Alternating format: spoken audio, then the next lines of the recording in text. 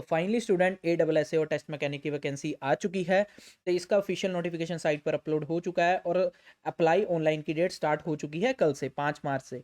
तो last date 26 मार्च है।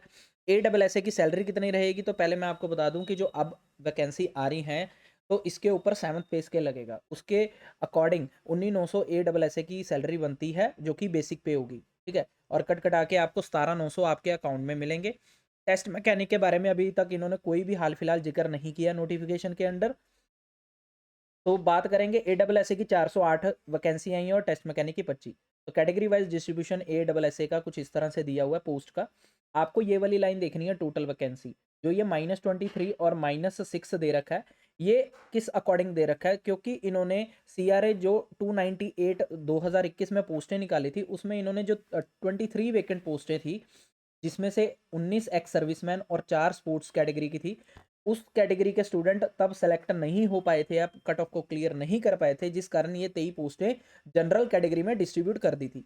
तो अब इन्होंने क्या किया है, 2024 में दोबारा पोस्टें निकाली हैं जब ASSA की, तो ये 23 पोस्टें जो इन्होंने 2021 में जो वापस दी थी पोस्टें जनरल कैटेगरी को, फिर से जनरल में से ही निकाल कर एक्स सर्विसमैन और स्पोर्ट्स कैटेगरी को दे दिए। तो आपने ये वाली देखनी है कि जनरल कैटेगरी में अब 133 पोस्टें हैं, जिसमें से 38 वुमेन के लिए, तो मैन में की पोस्टें कितनी हुई, 133 माइनस 38। तो इस तरह से आपने मैन का डिस्ट्रीब्यूशन देखना है। क्लियर। तो आगे चलेंगे कि इसकी क्या एलिजिबिलिटी रही है। तो टेस्ट मैकेनिक की 25 वैकेंसी है, तो 25 में से 9 अगर टोटल जनरल की हैं तो 3 वुमेन की हैं, तो मैन की कितनी बनी, 9 माइनस 3 6। क्लियर। तो जो एलिजिबिलिटी है, ASSA की एलिजिबिलिटी क्या है, डिप्लोमा इलेक्ट्रिकल में होना चाहिए। और दूसरी चीज, विद मिनिमम 60% मार्क्स। अगर किसी स्टूडेंट के 59 परसेंटेज है या 59 पॉइंट कुछ है, तो वो अपनी यूनिवर्सिटी वालों से कॉन्टेक्ट करके अपने पूरे 60% मार्क्स कर सकते हैं। कौन कौन से कर सकते हैं, जिनके 59% है या 59 पॉइंट कुछ है, क्योंकि वो पूरा 1% नंबर बढ़ाते हैं। तो 59 वालों का तो 1% बढ़कर 60 हो जाएगा, पर अगर किसी के 59 से नीचे हैं उनका कोई चांस नहीं है, ठीक है। तो अब क्योंकि मेरे कई स्टूडेंट्स ने ये चीज़ करवाई है, और विद इन 7 to 15 डेज के अंदर आपके पास सर्टिफिकेट न्यू बनकर आ जाता है, जिसके अंदर 60% मार्क्स लिखे होते हैं, फर्स्ट डिवीजन लिखी होती है। और कौन कौन इस पोस्ट को अप्लाई कर सकता है, जिन्होंने इलेक्ट्रॉनिक्स और कम्युनिकेशन में भी डिप्लोमा किया वो भी इस पोस्ट को अप्लाई कर सकते हैं। साथ ही साथ जिन्होंने डिप्लोमा इंस्ट्रूमेंटेशन में भी किया वो भी इस पोस्ट को अप्लाई कर सकते हैं। और जिन्होंने ITI की है, प्लस उनको क्या चाहिए, अप्रेंटिसशिप का सर्टिफिकेट चाहिए PSEB में, ठीक है। तो वो भी इस पोस्ट को अप्लाई कर सकते हैं। ITI में आपके मिनिमम 60% नंबर होने चाहिए और 2 साल का आपके पास अप्रेंटिसशिप का सर्टिफिकेट होना चाहिए PSEB में।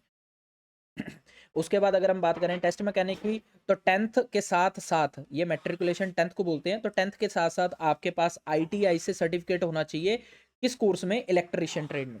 क्लियर, 2 साल का सर्टिफिकेट होना चाहिए। तो अगर आपके पास है तो आप ये टेस्ट मैकेनिक की पोस्ट को अप्लाई कर सकते हैं। साथ ही साथ अगर हम बात करें एज लिमिट की, तो 18 से 37 साल की एज लिमिट रखी गई है, और इस तरह से रिलैक्सेशन प्रोवाइड किया गया इन कैटेगरीज को। मैक्सिमम 40 ईयर्स की एज रखी गई है इन कैटेगरी वालों के लिए। आगे चलेंगे, तो जो भी स्टूडेंट, पहली बात तो मैं बता दूं कि आपके पास diploma last date of application apply करने से पहले पहले होना चाहिए, कंप्लीट होना चाहिए, ठीक है। ये सेकंड पैराग्राफ ये चीज बोल रहा है कि लास्ट डेट ऑफ सबमिशन है, जो कि जितनी भी है 26-25 मार्च, ठीक है, या 23 मार्च जो भी है, उससे पहले पहले आपके पास डिप्लोमा होना चाहिए। अगर आपके पास नहीं है, अगर आपने रिसेंटली सर्टिफिकेट मतलब लास्ट ईयर के लास्ट सेमेस्टर के एग्जाम दिए हैं, बट आपका रिजल्ट वेटिंग में है, अगर आपका रिजल्ट वेटिंग में है तो आप ईयर ऑफ पासिंग में रिजल्ट अवेटेड भरेंगे, पर आप पोस्ट को अप्लाई भी कर सकते हैं, ठीक है। तो जिनका अभी फाइनल सेमेस्टर का पेपर हुए हैं बट रिजल्ट वेटिंग में, वो भी इस पोस्ट को अप्लाई कर सकते हैं। साथ ही साथ जिनका रिसेंटली डिक्लेयर हुआ है रिजल्ट, मतलब मान लो आज डिक्लेयर हुआ है बट उनको अभी तक सर्टिफिकेट नहीं मिला है, कि हमारा डिप्लोमे का जो सर्टिफिकेट होता है फाइनल वो नहीं मिला, वो भी इस पोस्ट को अप्लाई कर सकते हैं। क्योंकि इन्होंने यहाँ पर ये लिखा है कि जिस डेट पर आपका रिजल्ट आया वही डेट आपकी कंप्लीशन की मानी जाएगी, ठीक है। तो 2024 लिखकर 2 ईयर ऑफ पासिंग में आप अप्लाई कर सकते हैं। साथ ही साथ अगर मैं बात करूं कि फीस की, तो 1416 रुपये जनरल कैटेगरी के लिए, बाकी 885 रुपये अदर कैटेगरी के लिए। उसके बाद अगर हम बात करेंगे पेपर की कि कितने टाइप के पेपर होंगे, तो मैं बता दूं आपको 2 टाइप के होंगे, एक पार्ट 1 और एक पार्ट 2। पार्ट 1 में पंजाबी लैंग्वेज का पेपर होगा, जो कि ग्रामर बेस्ड होता है मोस्टली, ठीक है, जिसके अंदर 50 क्वेश्चन आएंगे, और ये 50 क्वेश्चन ऑब्जेक्टिव टाइप आएंगे, टिक मार्क वाले, जिसके अंदर मिनिमम आपको 50% मार्क्स चाहिए। मतलब 50% मतलब हर क्वेश्चन 1 नंबर का होगा, हर क्वेश्चन 1 नंबर का होगा, तो टोटल 50 मार्क्स का पेपर हो गया। देखो यहाँ पर लिखा हुआ है ना, टोटल 50 मार्क्स का पेपर हो गया, जिसके अंदर मिनिमम 50% मार्क्स चाहिए, मतलब 25 मार्क्स। तो मिनिमम आपको 25 नंबर चाहिए इस पेपर को पास करने के लिए। अच्छा, एक चीज़ और आपको क्लैरिफाई कर दूं कि ऐसा कुछ नहीं है कि पहले पंजाबी का पेपर होगा, उसका रिजल्ट आएगा, ये देखा जाएगा कि कौन कौन क्लियर है, जो क्लियर होंगे उन्हीं को दूसरे पेपर में बैठने दिया जाएगा, ऐसा कुछ नहीं है।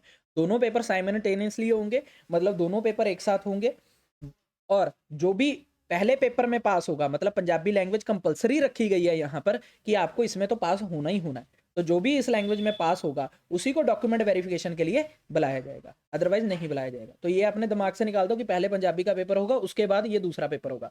तो जो पार्ट 2 वाला पेपर है वो same as it is JEE वाला है कि 70 नंबर के टेक्निकल क्वेश्चन आएंगे और 30 नंबर के नॉन टेक्निकल क्वेश्चन आएंगे, 2 मार्क्स का पेपर होगा।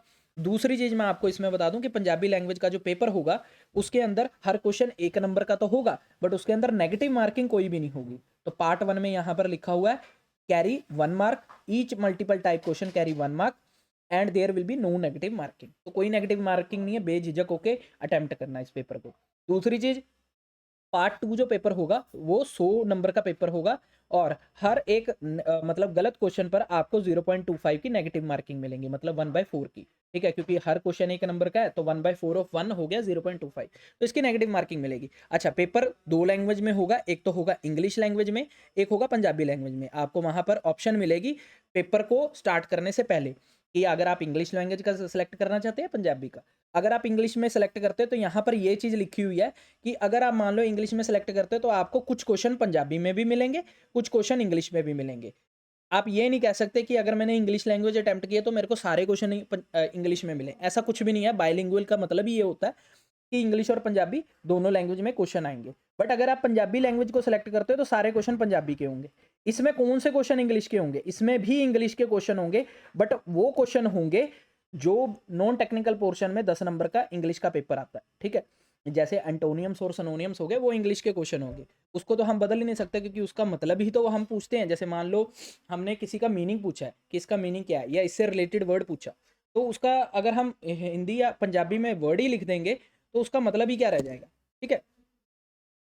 उसके बाद 3 घंटे का पेपर होगा 180 मिनट का, और जो पार्ट 2 की क्वालिफिकेशन है कि मिनिमम क्वालिफाइंग मार्क्स पार्ट 2 की बात कर रहा है वो, जो टेक्निकल प्लस नॉन टेक्निकल का होगा, उसके अंदर जनरल कैटेगरी के लिए मिनिमम 45 नंबर चाहिए और रिजर्व कैटेगरी के 35।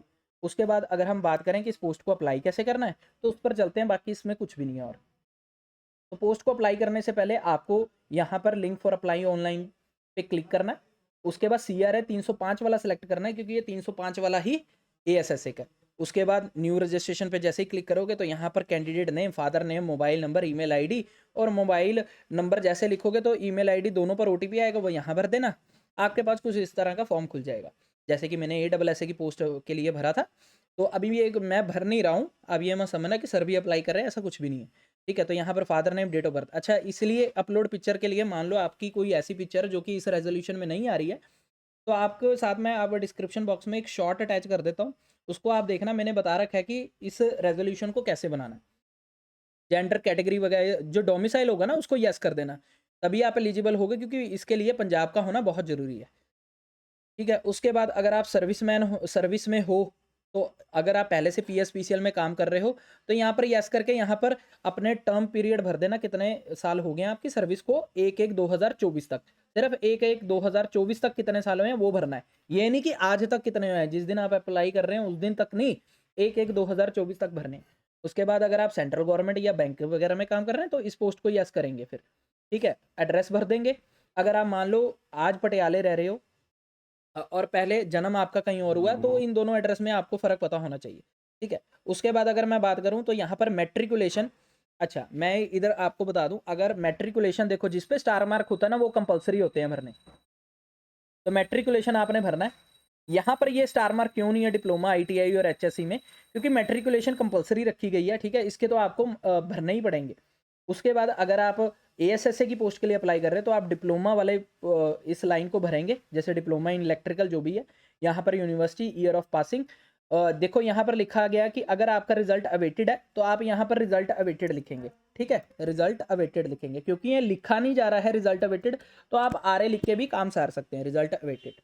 ठीक है, मार्क्स ऑब्टेन, टोटल मार्क्स, और उसके बाद आपको ये दोनों लाइनें खाली छोड़ देनी है, दोनों लाइनें खाली छोड़ देनी है अगर आप ASSA की पोस्ट अप्लाई कर रहे हैं। ठीक है, उस ये 2 लाइनें नहीं भरनी फिर आपको। आई एक्सेप्ट पर क्लिक करेंगे, डिक्लेरेशन पे करेंगे, सेव ड्राफ्ट करके, सेव ड्राफ्ट करने के बाद सेव एंड प्रीव्यू करके वो अपना पेमेंट भर देंगे। ठीक है, तो उसके बाद एप्लीकेशन को डाउनलोड करना बिल्कुल मत भूलना, क्योंकि एप्लीकेशन आपको at the time of document verification चाहिए होगी, तो वो डाउनलोड कर लेना एप्लीकेशन। कोई भी क्यूरी है मेरे को कॉन्टैक्ट कर लेना। ठीक है, और बस इतना ही मैंने आपको बताना था। तो अच्छे से तैयारी करें अपनी, और चैनल को सब्सक्राइब कर लें और वीडियो को लाइक कर दें।